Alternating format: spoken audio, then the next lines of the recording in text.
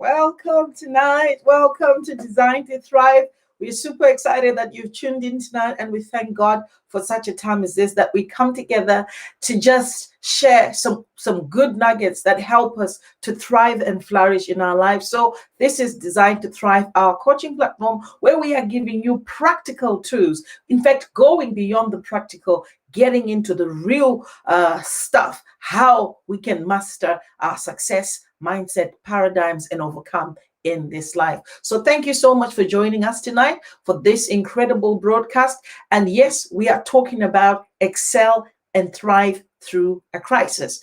When we come out of the crisis, we want to become stronger and emerge victorious. So that's what we're talking about today. So if you are new, we welcome you. Please like, subscribe, and share our broadcast right now and let people know that we are here.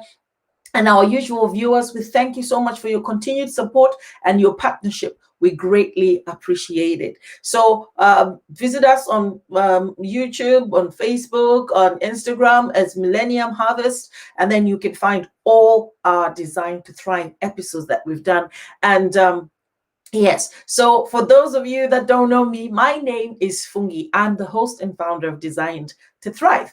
And so I'm a certified professional coach and practitioner. So that's what qualifies me to be giving you these nuggets. But I am also a certified practitioner in neuro-linguistic programming, timeline coaching. I'm a member of the Association of Professional Coaching, the member of International NLP, that's neuro-linguistic programming, and the European Community that's ECNLP. So I specialize in business, executive, leadership, mindset, life coaching, 7-figure, and success coaching. So I also cover a whole lot of other things, but these things are the ones that are really dear to me. And so I'm an entrepreneur, I'm a coach, I'm a consultant, I'm a pastor, I'm a mentor, I'm an author, I'm a global speaker. I love to pray and intercede. I'm a mother, I'm a wife, and I'm also a great cook. And so to access my coaching services, mentorship, and programs or events, as well as to invest in your quality support and mentorship. So that's me coaching you and facilitating you to get the results that you want. As I mentor you, I'll show you the ropes that I've walked and also that I've learned from mentors. So everybody would needs a mentor if you really want to thrive. And if you also want to join a tribe of thriving people, of supercharged people, a group of impact-driven people and influencers with the same desire and hopes. So please do visit me on www.fungisamushonga.com, and that's how you say Fungi. Fungi Samushonga, most of you know me as Fungi, and it will be going across on the screen. So www.fungisamushonga.com. So here, Designed to Thrive, we believe that each and every one of us has the infinite ability to grow, to achieve, to aspire, and become whatever God has really designed you to be. You see, when God created us, he gave us everything that we need for this life, to have abundant life in this life, victorious life. So we shouldn't settle for anything less. And it's not ungodly to desire that, because it's already a gift that God has given us. So if we are going to do that, this is why we call this Designed to Thrive. God made us to thrive so we can become, thrive, and overflow. And on this platform, we give you, practical tools to ignite purpose, to release your potential, to awaken your passion and dreams, to impart destiny, and inspire possibilities. You see, the world is full of possibilities and you need that inspiration, and we're offering it here. And all these services are quite free, but if you engage in our elite programs and other programs, you will pay, because you're investing in yourself, so you come out and emerge victorious. So this is what we do here, where we are transforming the ordinary person into a leader, and leaders into change agents, where we are going far beyond the practical tools, but about the new perspective, the new mindset, the new paradigm, and understanding what it means to walk into your destiny, to step into your destiny, to live purposefully and thrive in every dimension. You see, way back, people were career oriented, and it was just all about career, money. But you see, if you've got the money and you haven't got the health, you're not going to be there to enjoy that money. But we are talking about through your health, through your life, through your relationships, social life, through your spirituality, through your finances, through career, through business. We want to live a balanced, holistic life. So this is why we are saying we want and beyond. So it's time to break agreement with any form of complacency.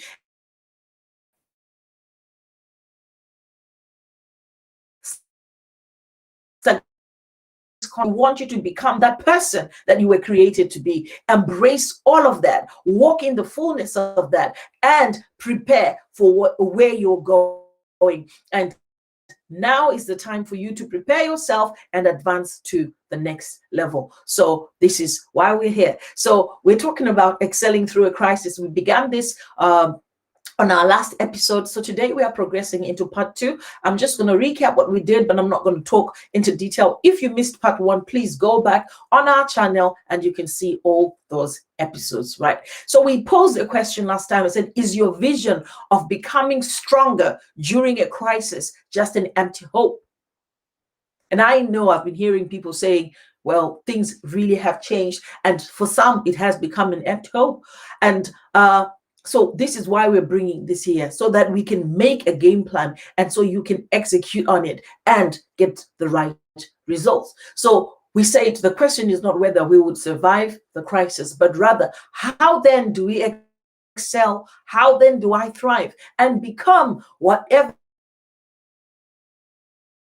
going to be, as well as emerging stronger, is coming out of this crisis. You see, the linchpin is not to operate in crisis mode. We cannot operate in crisis mode, but rather we need to implement the meaningful steps, the game plan, the strategies that challenge our preconceived notions. Right there. The key is in the preconceived notions. Unless we challenge that, unless we replace that with the right notions, then it holds us back, even if we get the right strategies, because our mindset is such a powerful tool, it can hold us back. So we need to challenge those preconceived notions, the prior constructs that either experience or the community around us.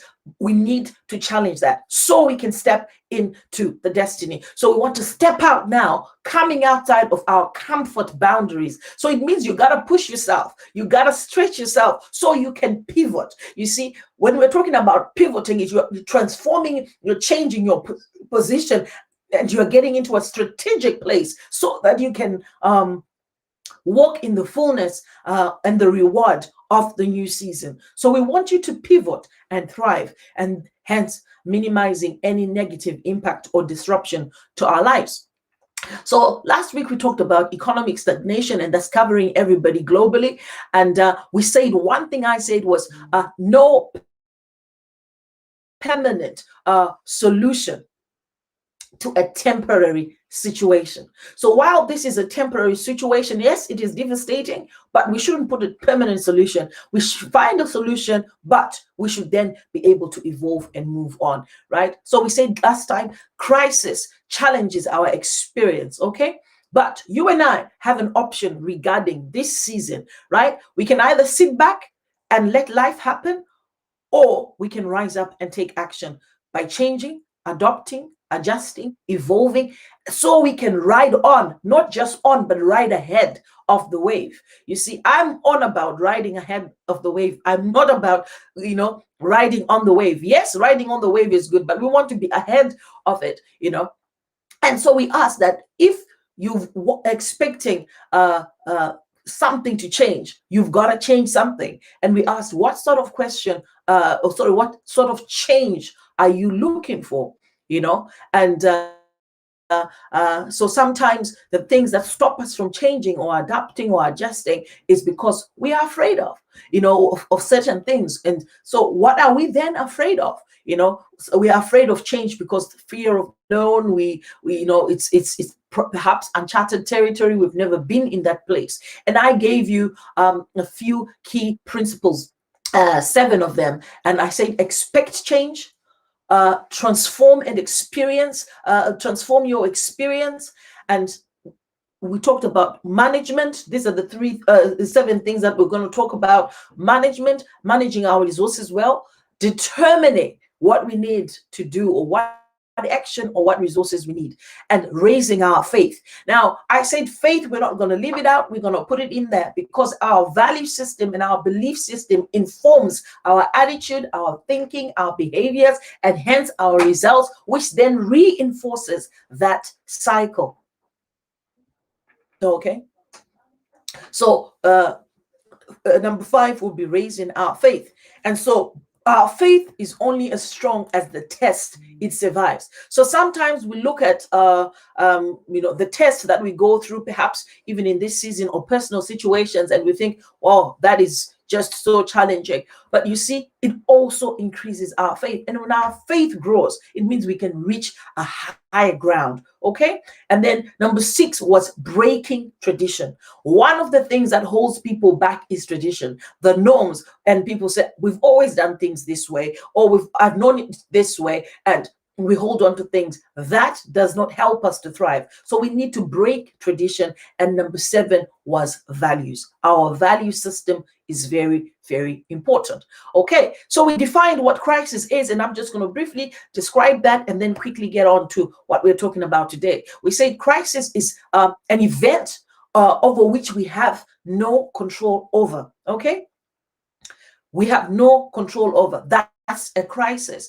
And there are so many things that we always have control over, our thinking and everything. And so that's it informs our perspective of crisis. Okay, but crisis again, while it challenges our livelihood and our norms, it also has always been a source of development and growth. There's a lot of innovation, there's a lot of new opportunities that come with it, because it then challenges our traditions, it challenges our experiences. And then as we transform and adjust and try to find and seek solutions, we then grow and develop.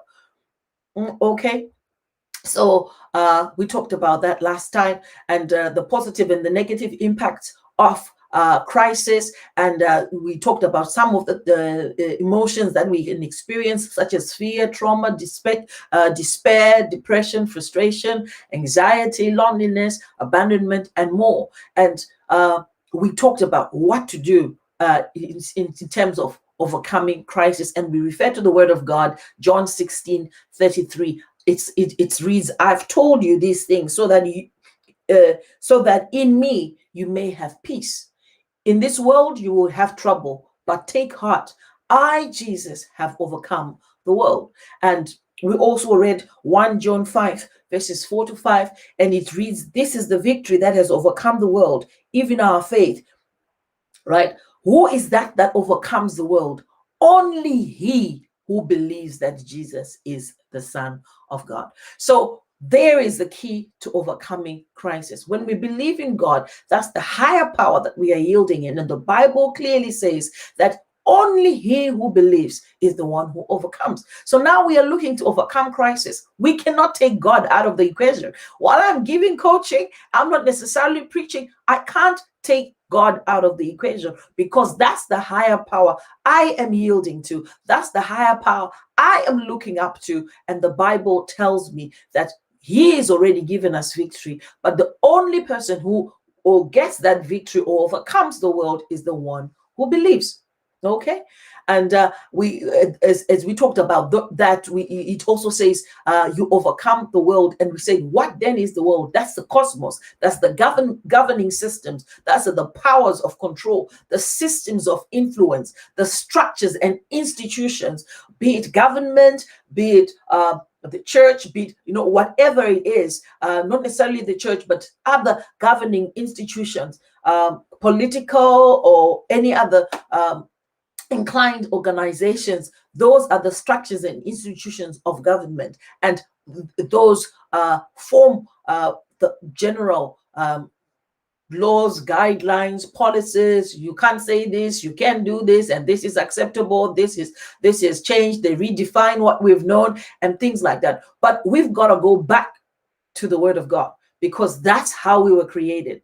And he created us to thrive. He designed us to thrive only if we are believing in him and walking according to his powers. So today, coming to part 2, which is now where we are talking about expounding on the key to overcoming crisis. You see, now no one is exempt from this, and no one is immune to crisis. The storm will hit everybody, small or great, preacher or non-preacher. So no one is immune to crisis. The storm hits everybody, but the survival will depend upon our foundation, that foundation knowledge. Remember, that's why I was saying those are prior constructs, those preconceived notions. So that's where survival depends on. What have you fed your mind? What have you put in your mind, right?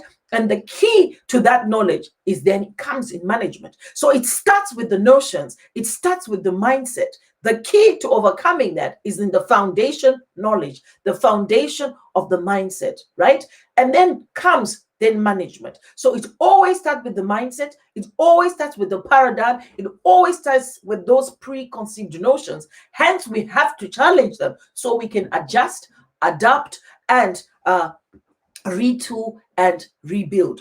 Then comes management. And then now, why management? Because management helps us, I will define it in a moment, helps us then to overcome such a situation, to manage it clearly, and then it becomes the key to prosperity, whether you are experiencing difficulty, poverty, and things like that. You manage the resources well and stretch them. You can make a saving and you can make a difference. And then management again would be the key to promotion in crisis. Now, We manage our resources, we manage our time, we manage everything that's happening. Yes, we are in a crisis, but a solution is needed, and you bring it into play.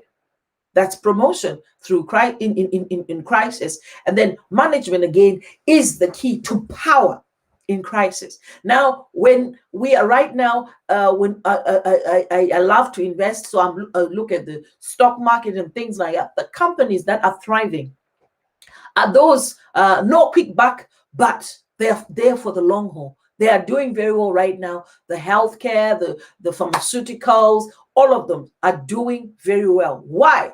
Because they are offering a solution. What they're also what they're offering is much needed right now. It's not just any solution, but it's that dire solution, that critical solution that we need. And so that's power to crisis, and you can become that power in crisis when you manage your resources well. You invest your time in yourself and do so diligently. We'll expound on that, and I can show you how. So no one is immune to crisis, but the management is key, right? What then is management, right? So management is then managing our resources well from your time. Now, there are two things that we cannot manage, or that we cannot control. We can manage this, but we cannot control this. Now, we can manage change, we can manage time, but we can't control change, we can't control time. So those things are very, very critical. What you do with your time is very, very important. Manage and prioritize what you need to do, do it. What you don't have to do, then you can set it aside. But your time, what is gone is gone. Today has gone. Yesterday is gone. It can never come back again. So what you do with your time is very, very critical. Now, for the younger ones, you can say, oh, I've got all the time in the world. But for some of us, we are thinking, actually, we've hit the 40 mark. Now we are thinking, okay, into legacy and retirement. So we are really thinking, you know what? I'm running this race. I'm racing against time. So I got to utilize whatever time that I have. So you don't have to be old to invest in your time well. Start now, even to the young ones that are listening in. So manage your resources well. You can't change, you can't alter time or change, but you can manage change, you can manage time. So managing our resources well, and it's not just managing our resources well, it's doing so effectively, it's doing so efficiently, it's doing so timely and correctly. Now, you do the other two and you miss the time and correctly, then it's still not effective management, right? It's not sufficient management. So, but it is managing our resources well. We are doing it effectively, efficiently, timely, and correctly. Okay, so that is how I would say. So we do it in an effective way. There's the effective, efficient, correct, and timely use of your time or another person's property and resources, for the purpose for which they were delegated, with a view to producing expected added value. So there's got to be an expectation of added value. Now, you do so effectively, timely, efficiently, and correctly, but what value are you adding? So that is key. That is the management. That is the key. So we say management is key, to prosperity in times of crisis or power, or when we need change and things like that. So one of the things that we said, number one, was to expect change. So I just gave you that point, but I didn't expound on it. So you've got to change. You've got to change to improve. And Churchill says this, to change is to improve, and to change often is to perfect. So it means that we've got to change.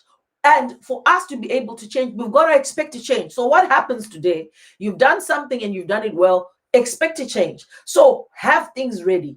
Now at work, we'll have, I've said this time and time again, we have health and safety policies. We have safeguarding policies. All of that is just in case something goes untoward, something happens that's untoward, or it goes contrary to what our expectations were. What then do we do? So we must always expect change. Now, when we do that, that means we then begin to change and transform ourselves. It could be from our mindset, it could be from our thinking, it could be from our notions, it could be from our desires, it could be from a perspective of cultivating and investing in yourself. So we get this training, you get this, so you become a better person at what you do. You become the best version of yourself, right? So change is very necessary. So we've got to evolve. We've got to evolve. And I say this time and time again, change is key in any field, so change is the most vital thing. And one of the constants in the world, it's one of the most vital things, right? It's an act or a process through which one becomes different. One becomes different. So you've got to look at yourself and ask, where have I changed? Now, we can change in body or stature, but that's not what I'm talking about. I'm talking about you, your values, your beliefs, your intellect. What have you done to change, right? What have you done to better yourself? So that process through which one becomes different, that's transitioning process, that conversion process. And I'll explain this. So the transitioning process, that's the process of changing from one situation, one form, one state to another. That's transitioning. So you are changing. So you were once in key stage 1, you are now in key stage 2, then you are in key stage 3, and then you are sixth form, and then it's university. All those are transitioning processes. You're transitioning in the levels of learning, right? So it's the process of changing from one situation, one form, one state, or another. So you are coming. So it could be in terms of you leveling up and improving. It could be from you changing from an ordinary person into a leader. Remember, we said we are here to make the ordinary guy a leader and leaders into change agents. That is a transitioning process. Okay. And then there's conversion. Now, that is a different, similar, but slightly different. That is the process of changing one system, one method, and or use it to another, right? So the first one, it's you, but then the conversion is now we are now changing our strategies, right? We are now changing our methods, and so we are now adjusting, we are now adapting, we are now evolving, and we are transforming. So all of that is similar, but as we are changing, we've got to look, where am I transitioning? Leveling up, gradually going from one state to another. But conversion, now I'm applying a different skill. I'm applying a different tool set. I'm applying a different method or a different strategy so that I get the results that I want. Now, you always do the same thing in the same way, you get the same results. But if we want change, we've got to change something. Hence, we've got to adjust, adapt, evolve, and transform. Now, there are principles of change and benefits of change. I'm not going to go deep into it, but I'll just refer quickly to that. So change is a constant. I've already alluded to that. So we've got to understand that it's constant. Even when we read in the Bible, in the book of Ecclesiastes, it says there's a season for everything. There's a time to be born, there's a time to die, there's a time to sow, there's a time to reap, there's a time to embrace, there's a time to let go, there's a time to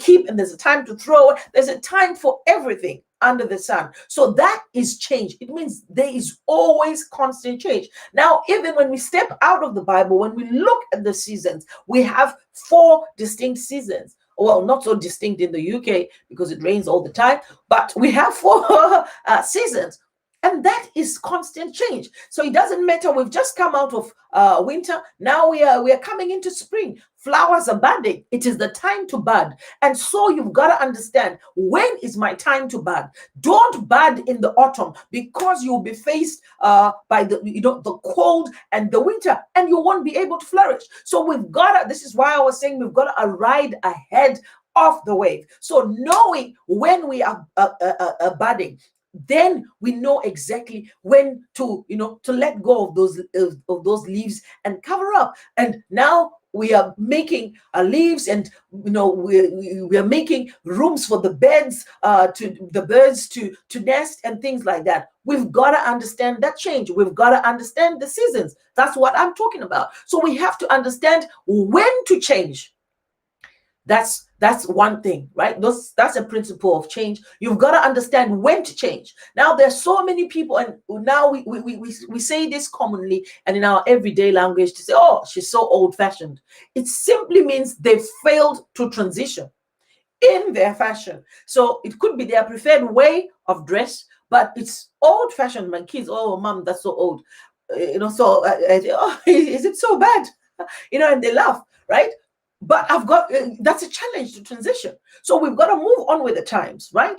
And so we've got to understand when to change, and we've got to be able to discern the change, right? So it's not just about understanding, say, okay, I'm seeing this, I've got to change, but to discern, see it before it even comes. Now that is where we really ride ahead. Now that's where, even through coaching, I can help you to get right ahead of the wave and begin to discern. So we go through that new season with great insight. We go through in full throttle. I always give the example of the eagle.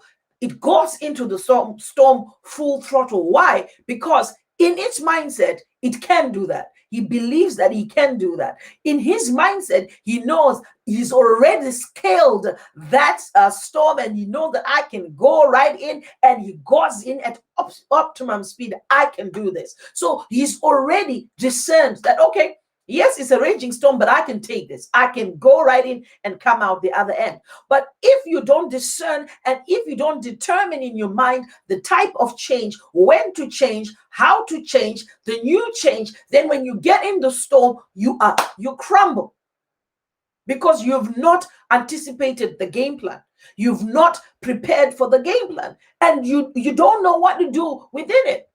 But when you discern it in advance, you can scale it and you can go through it. So you go to a higher or a different dimension, even in your faith, even in your mindset, even in your thinking. Remember, I said number 5 was faith, and we said your faith is only as strong as the test it survives. So now imagine how many storms that eagle has gone through. And so his faith keeps soaring because he's been through it all and nothing is going to faze him. But he still braces himself and goes in there. It's about gathering that strength and going in. You're doing it, but you're doing it afraid, but you are doing it anyways, right? So you've got to go through so you go up to a higher level. Now, one of the things I know about people going through the storm, some people can thrive like that eagle, but it's not everybody who's got that fiber. But I know with support and help, you've got that fiber because you were designed that way. We were designed to thrive. So one thing I would say is ask for help. There is nothing wrong in asking for help. You can ask for help from your peers. You can ask for help from a practitioner. It could be a health practitioner. It could be a coaching practitioner like I am. It could be from a mentor and say, actually, I'm going through this. I need help. So how does that help you? It gives you insight. It gives you their worldview, and it helps you go through what you're going through, the change that you have to go through, right? They can share their stories of how they've walked the journey, or they can give you other tools that perhaps on your own you had never fathomed or thought of, right? So you need to ask for help. Now, one thing I'll tell you, change is very uncomfortable or even scary, but it's very good. It's very, very good, right? So one question I can ask, are you often afraid to set goals? That's a change. That's a process of transition. When you are setting goals, this is the intended outcome. So that means there is a process of transitioning, right? So the question I can ask is, in terms of change, where is the fear? Is it in the setting of goals? Or when you set them, is it embarking on that journey so that you can move forward? Or is it you imagine yourself doing it all alone and you think, oh, I can't do this? But I'll say to you, a true plan has to have, built-in support. Now, built-in support comes from your community, comes from your family. It comes, if you go to church, it comes from your church pastoral care, but it also comes in for, this is why we're saying, if you desire support and want to take yourself to the next level, invest in a mentor, invest in a coach. You need built-in support and tools that will help you reach your goals, right? Tools that will help you overcome that change or that process of transitioning. Now, no one is expecting you to do it all by yourself, but you need to ask for help. So all you need is to work out where you are currently, right? Where you currently right now are. Where are you? What is the change that you really are looking for? And within that change, where are you in that change? Where are you in that change? Where are you currently? Now, then you set your goal, the goal that you want to work with, right? We are faced with this pandemic. The goal is for us to find a vaccine that can override or overcome all the other variants that are coming. That could be an example, right? But goal that you work with, I always say is I work my plan, so I plan my work, then I work my plan, right? So set that goal that you want to work with and break your goal down. Now, the main aim is for me to have this vaccine that can override and overcome all the other variants. But for me to get there, I've got to do the test trials. I've got to do this. I've got to do this. It's got to be approved. I've got to seek, ethics committee. I've got to sit with them, and I've got to do. But you break it down into segments, and those are what we call the means goals. Now, I want to get to the top of the ladder, but for me to get there, there's so many steps. Now, if you put a ladder, those chevron ladders like this, one side has so many steps and the other side has shorter steps. You try to make a shortcut, you will fall, because you'll find that there's a bigger gap somewhere.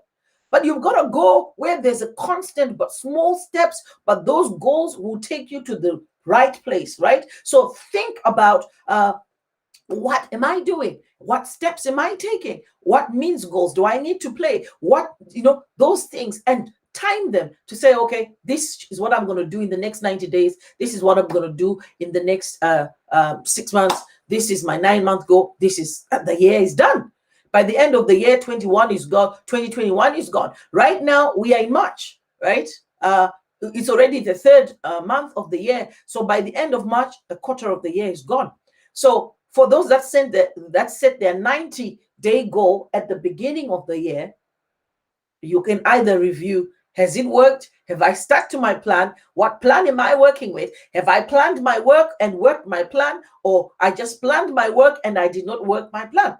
You see, so think about that, but also think about your resources. What have I got in place that I can use readily, right? And then what resources do I need to help me achieve this goal?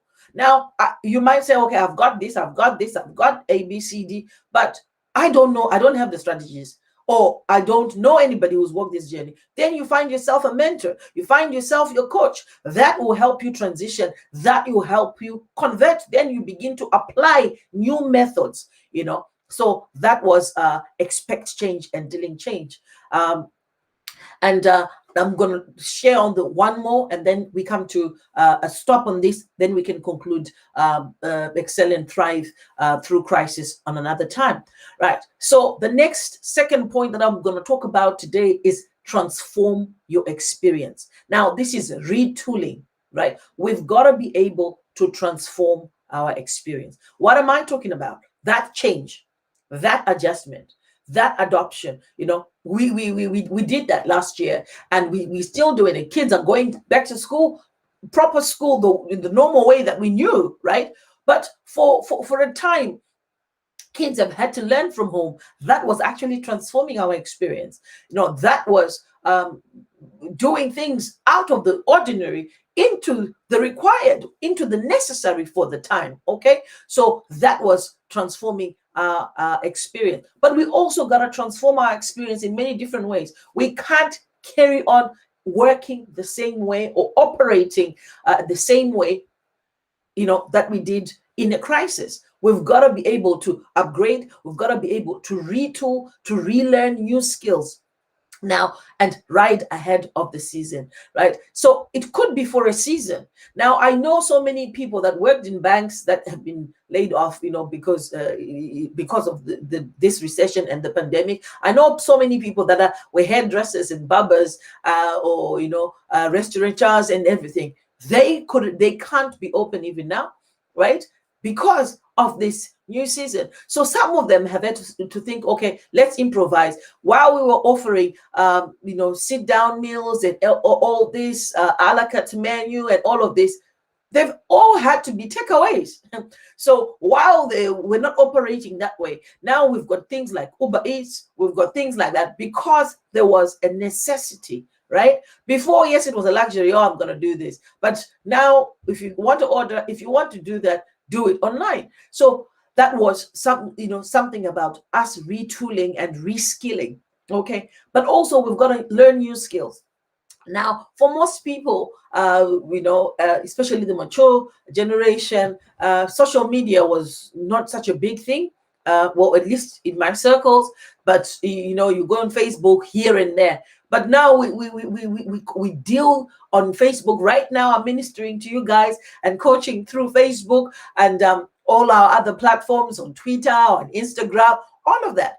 That was relearning and new skills and developing and things like that. For a long time, my children say, "Oh, Mama, get on Instagram." Like, oh, it's not, but now I've mastered that skill because I need it now. It's no longer a luxury for me. It's a necessity. And it's for this season, even and beyond. Now, we look in the Bible. Jesus, when he was raised by Joseph the carpenter, who was his father, the earthly father, right?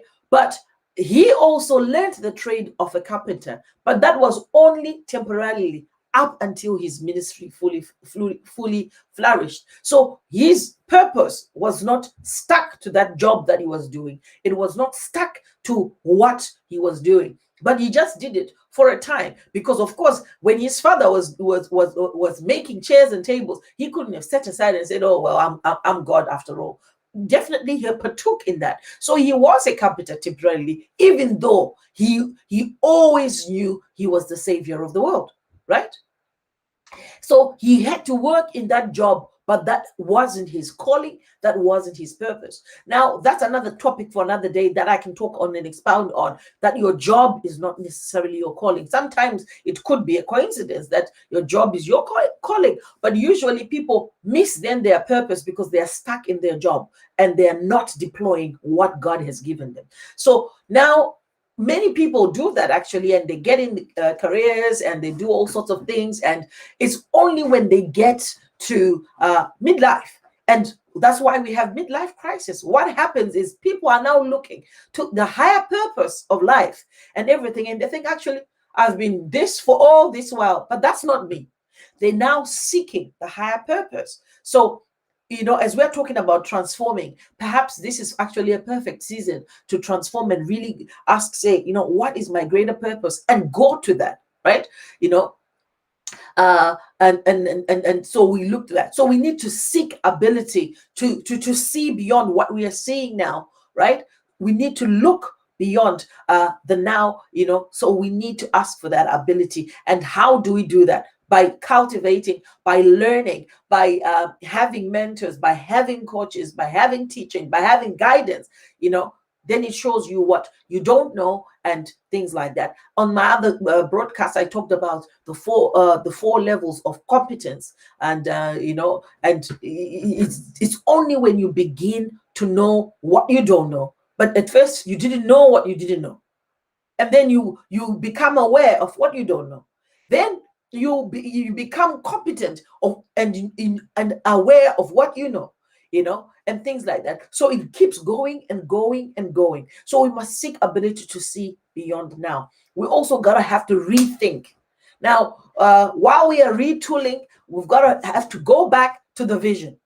to the drawing board and rethink. What are we talking about? What am I doing? What is the game plan? What is it that we do? So we rethink, we re-strategize, right? And we have forward thinking. So it's not just about rethinking now, but also forward thinking. Now, I said last time, the impact of crisis, it demands new thinking patterns. This is why I'm saying we've got to rethink and have forward thinking. Crisis demands new thinking patterns. Crisis creates new solutions. Crisis initiates new concepts, and crisis renews the vision.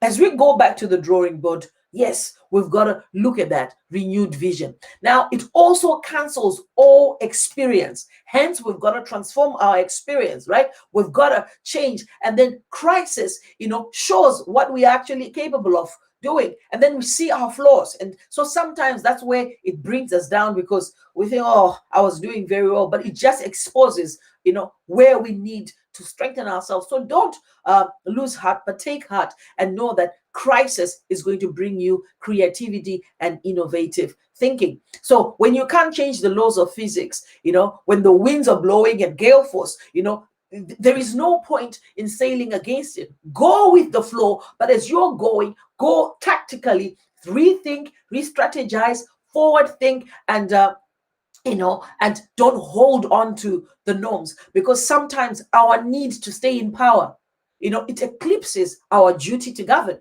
So because I want to stay in control, now when we are in crisis, we say it's a situation that we have no control over.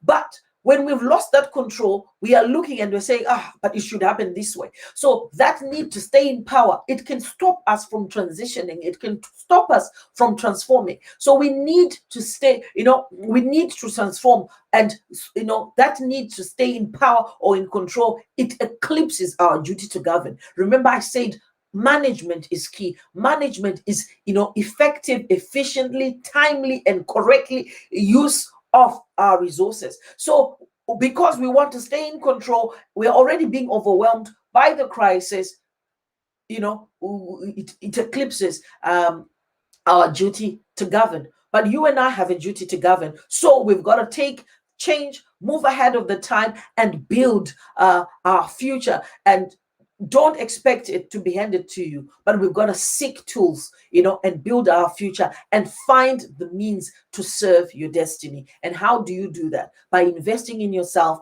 by, preserving your time and prioritizing and expecting that change, working that change, transforming, retooling, and investing in your future.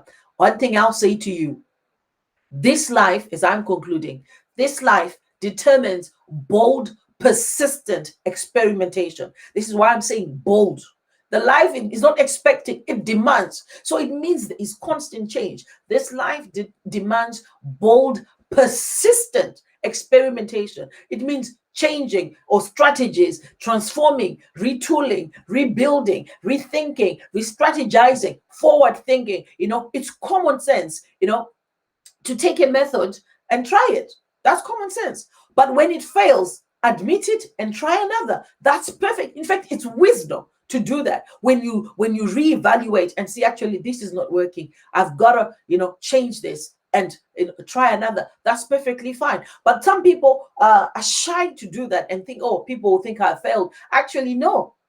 When you fail to change, that's when actually people say, actually, they have failed, right? So we've got to admit it, try another, but above all, you must keep trying. You must keep doing something. You must keep working.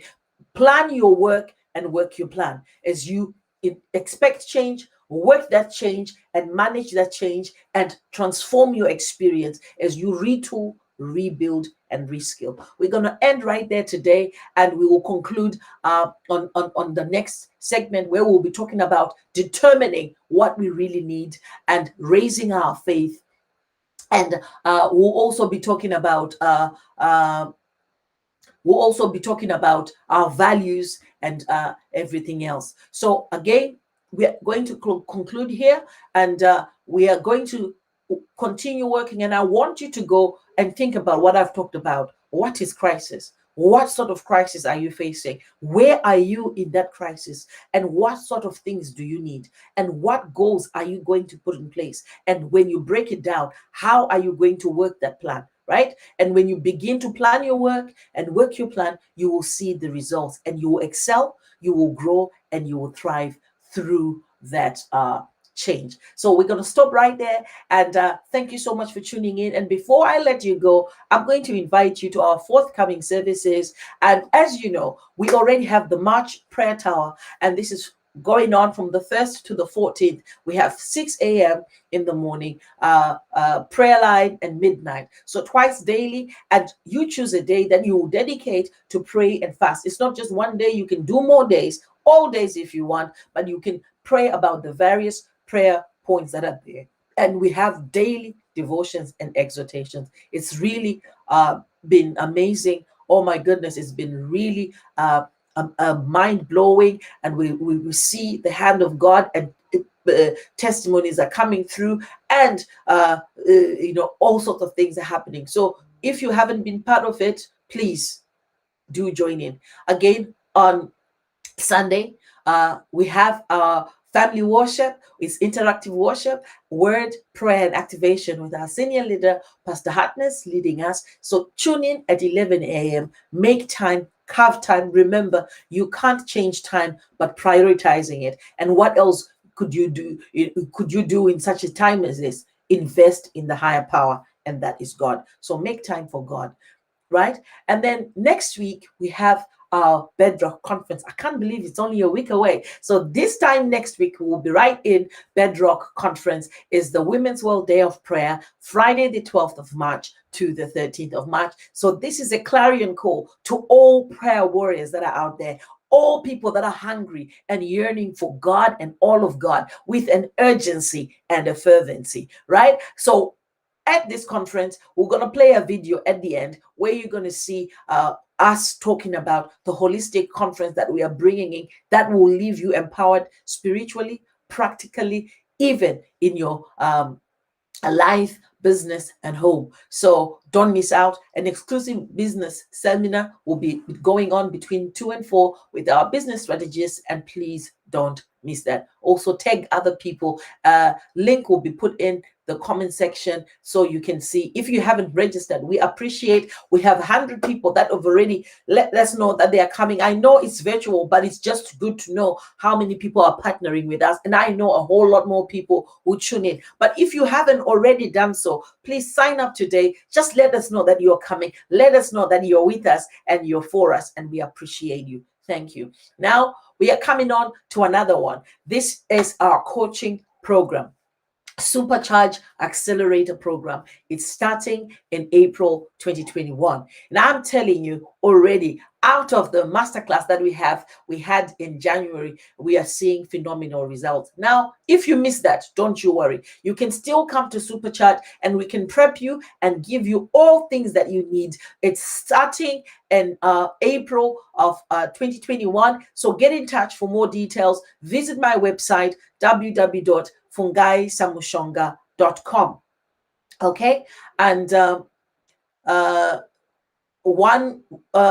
one other thing that I need to put out there is tomorrow I'm honored to be speaking at another women's conference. I'm not hosting this. It's being hosted by Reverend Patricia, my esteemed sister-in-law, and it's going to be all day tomorrow between 11:30 to 1, between 2 and 5, 7 and 8:30, and I'll be ministering in the first session in the morning between 11:30 and 1, and it will be streaming live on Facebook at the Fort Slough Community Church. Now, if you've missed that and you haven't got that, because I can see it's not on the flyer, their page, come onto my page, you'll see it streaming.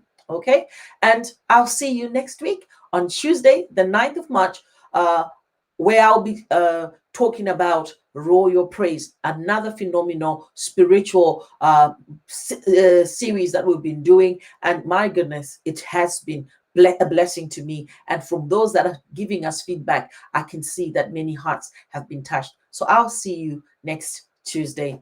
God bless you and thank you for tuning in.